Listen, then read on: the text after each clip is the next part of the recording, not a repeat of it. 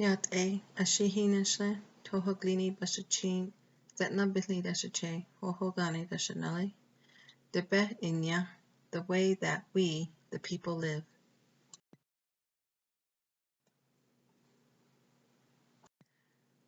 To look at a couple of histories here on the Navajo, the people. We started with our chiefs, and we also started with our Diandane'e, our holy people. Our chief Manuelito, who had led the people for a long time, was a very strong, respected man. Before the government had come to our lands, they gathered us up and they wanted us Navajo to go to these forts that they had along coming from the west to the east, in which place they wanted to take us to Bosque Redondo.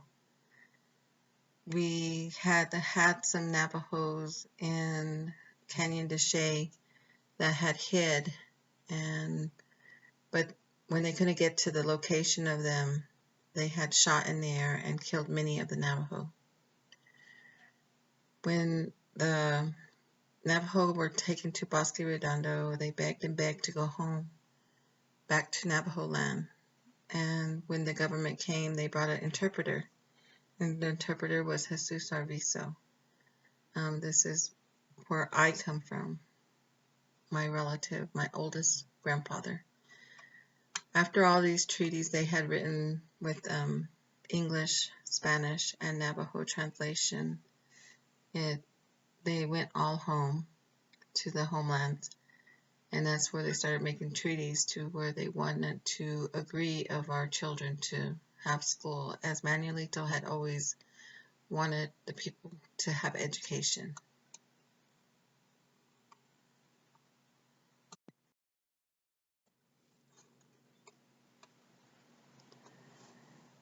In my life, as I was beginning, I was grown into city life, born and raised. My father was in Air Force. We had the life of the Western world. I remember the koi fish in Seattle, Washington, of all our neighbors where we lived in the Asian area. My father worked at the Boeing area where he was a mechanic for the air flights and did a lot of work there. And of course, we were raised in a religious of Catholic way. In the city life that I had was in Seattle. Many people, many places to go, many markets to see and shop, enjoying myself with along a crowded area, which I was already used to, often going up to the Seattle Space Needle, which I really remember as it turned on top when we went to eat out, going to the public market where it was really crowded, where we had a lot of fish markets. The new Starbucks that was there was really fortunate to even know it was there. I don't remember it. I just know of it being Starbucks as of today, how popular it is with coffee.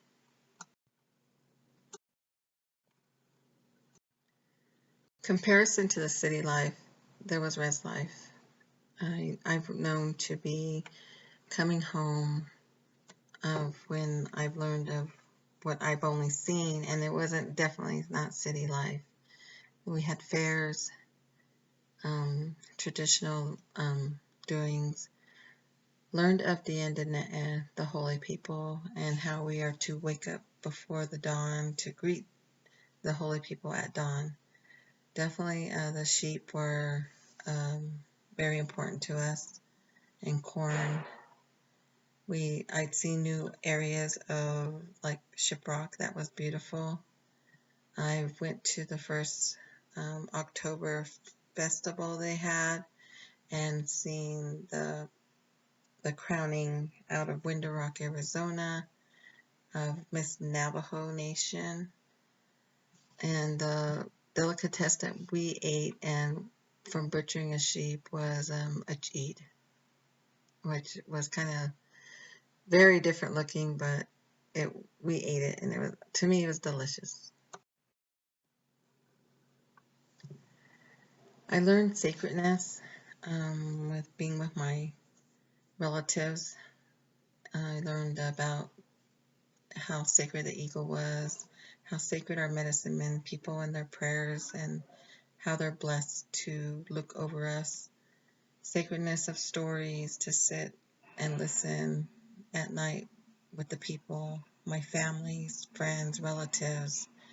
Uh, eh, the basket I learned was very sacred for Navajo because it's our life way and it tells our traditional stories from the emergence of where we had come from, tells from all of our earth livings and how we emerged into the world today, which we call the world of today is recent. Tsinahajini Tsosie Okorislead and Tibet Nitsa. Those are the four sacred mountains that we are within, but we feel sacred and we feel safe. Every time we leave, we feel that we need to prayer in order to leave and come back safely between the four sacred mountains, which means a lot to us completely of what we have in our heart, our mind, our soul, and our spirituality. Life in the Navajo land was very new to me. I met my great-great-grandma and my great-great-grandfather. They're the ones who could only speak English, and to come to their hogan was always a safe place for us to be as we just spoke, talked, ate as a family. We learned to butcher together as a family. That was a big feeding when we did butcher a sheep and we used every part, learning to use every part, how to clean the sheep, how to, our livestock, our horses, our cows, what we have to learn out there. We had land of a farm that with corn that we grew. I remember having an apricot tree that we used to always pick on that was very huge. It was delicious, and it's funny when we moved back to Navajo land, we had all these like pictures, rugs, um, little statues, everything that was in the Navajo way or given gift as from another Native American, and our house would look like a museum.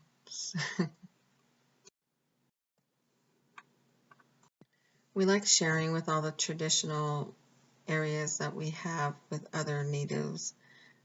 One happy time is when I had my kinolta and how we had family all together, and I would learn how to make our own Navajo cake. In the morning, I would have to run towards the east, and I have to make sure no one ran past me because that's my growth of feeling how I'm going to lead. And if somebody passes me, which they know not to, in the sense of having that respect, that this is for me to become a woman. Um, the the sharing of other things that we do is our food, which we eat a lot of mutton stew with fry bread. My family, my elders' family, they know how to weave a rug. I've never gotten to learn how to do that because I just never got to sit with relatives like that. But traveling, I learned how to be among other natives with doing powwows, inviting the Zuni tribe to dance at my schools. With peyote, I've never was really into that or I did have family who were doing the ceremonies. I don't remember ever going to one or being a part of. I always was invited to the Apache crown dancers when they danced in the South in Arizona. So when we share all our traditions, we all feel a part of what's one, and that's what makes me feel good because I know I'm very welcomed. I had learned all these experiences that were coming about just reading them in our newspaper that we call the Navajo Times. I learned during in the Farmington area where we do have a farm, the Gold King had broken out and polluted our our Animas River, and that water was going into our lands we use as our ditches to irrigate. That really put a damper on our whole community, all the way from Upper Fruitland into Lower Fruitland, all into Shiprock, which is a border of Navajos who are farmers. My uncle was very saddened, didn't understand it because he was an elder, and I had to explain it to him a bit. But our president at the time, he got together with the EPA, and the EPA had promised that they would clean this up. They promised, in a sense, kind of like restitution, but we had to go back because their promises were broken. And we had to go through all this litigation again. With the Flagstaff, I remember the main reason it was so hurtful for us Navajo was because it was one of our sacred mountains. That of the using the sewage water to make snow and put it on our sacred mountain, it was kind of disgraceful and it was really disrespectful. I learned of the lands in the Eastern Agency being broken up into lands that were allotted lands, given lands, purchased lands. I'm still learning on that, and I never realized, how this is really taken apart over our lands that we have on Navajo Nation. And it's mostly the Eastern Agency. We have Western Agency, which is majority in Arizona. Eastern Agencies in New Mexico.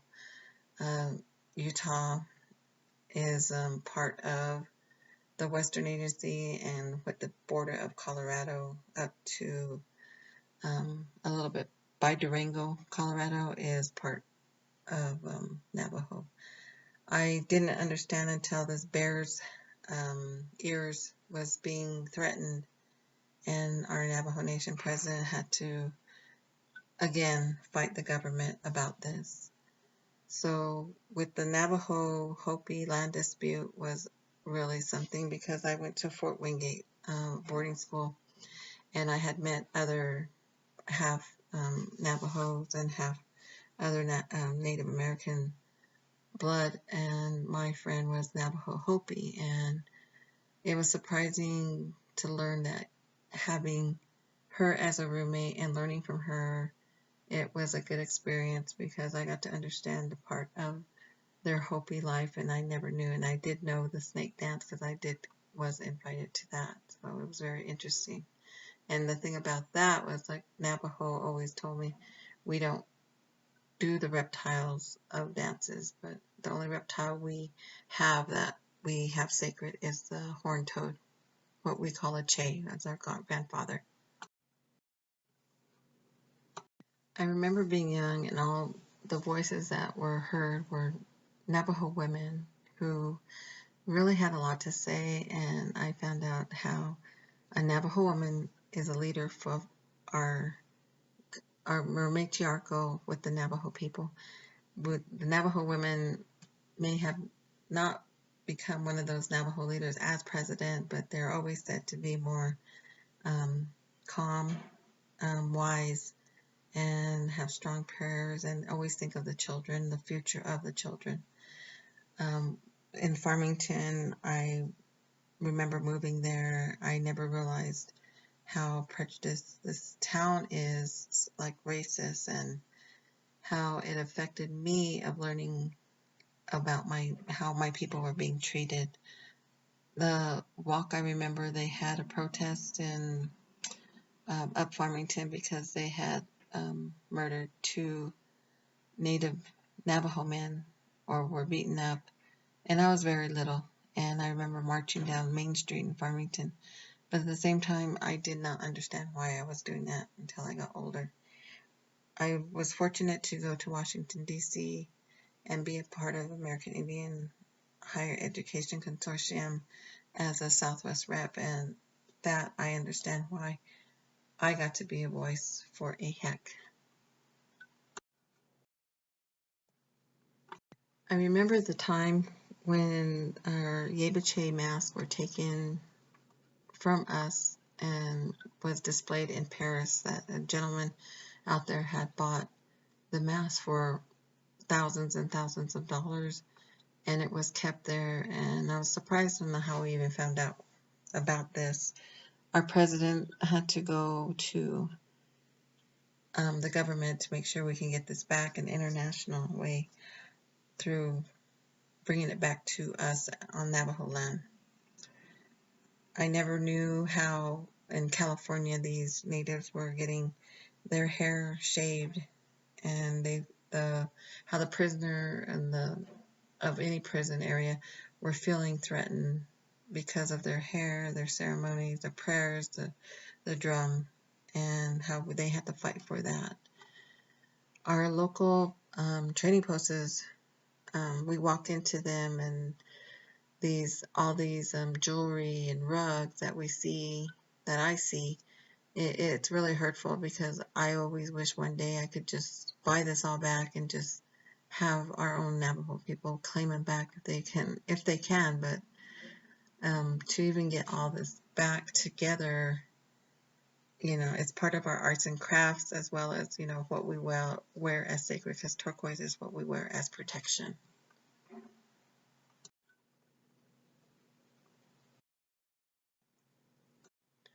My family has always been military. My father, Air Force, my uncle, Army, and my grandpa, Marine.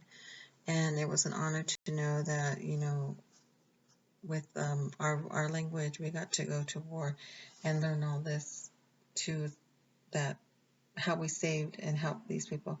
It wasn't just Navajo. I know it's all Native Americans use their language to help the United States, and I'm very proud and honored of everyone I can meet that is still living, and get to shake their hand and thank them.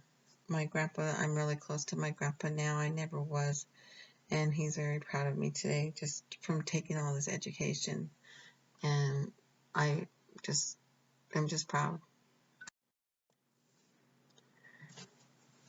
Learning the education here on Navajo land, we have two major colleges that our Navajos go to.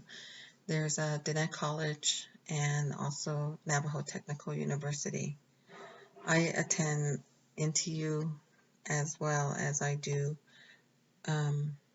this program I'm taking with Oklahoma University. The more education I have, I know I can use it to keep us protected, and hopefully get through the government, about our treaties. I'm learning so much with OU.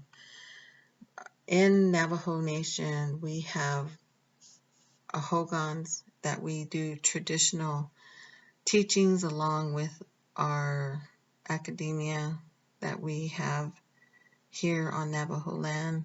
It gets a bit complicated, especially, when you're not raised, it's another thing extra you have to learn, and it's a must learn here, the language and everything I go through each and every day. So I'm coming double packed, and to speak my language too, it's a lot that I have to additionally work on.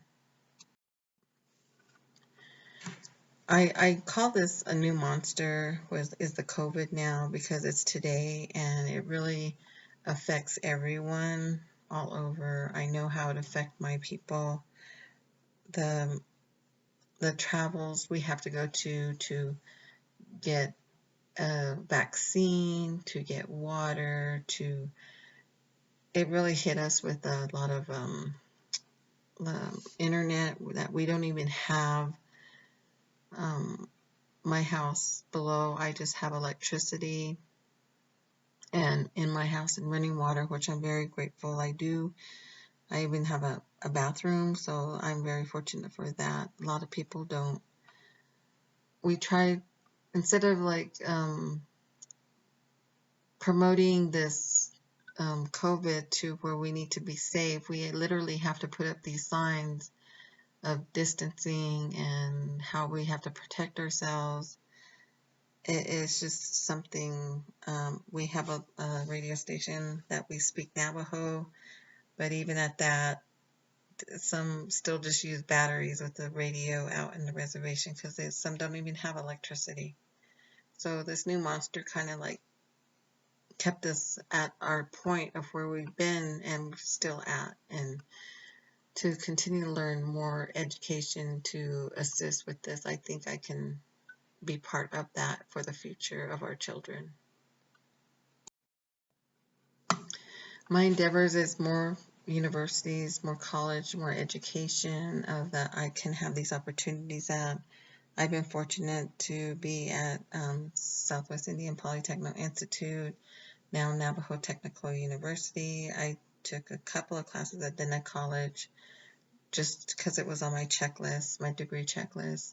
I went to George Washington, took a political program, and I was fortunate to be at Navajo Nation Washington office as an internship. I'm very proud to have gotten into the Oklahoma University with this MLS, which was my dream since I went to SIPI for my associates. I'm very, very proud. Okay, and these are all the references I used, and I appreciate your time for listening to my presentation.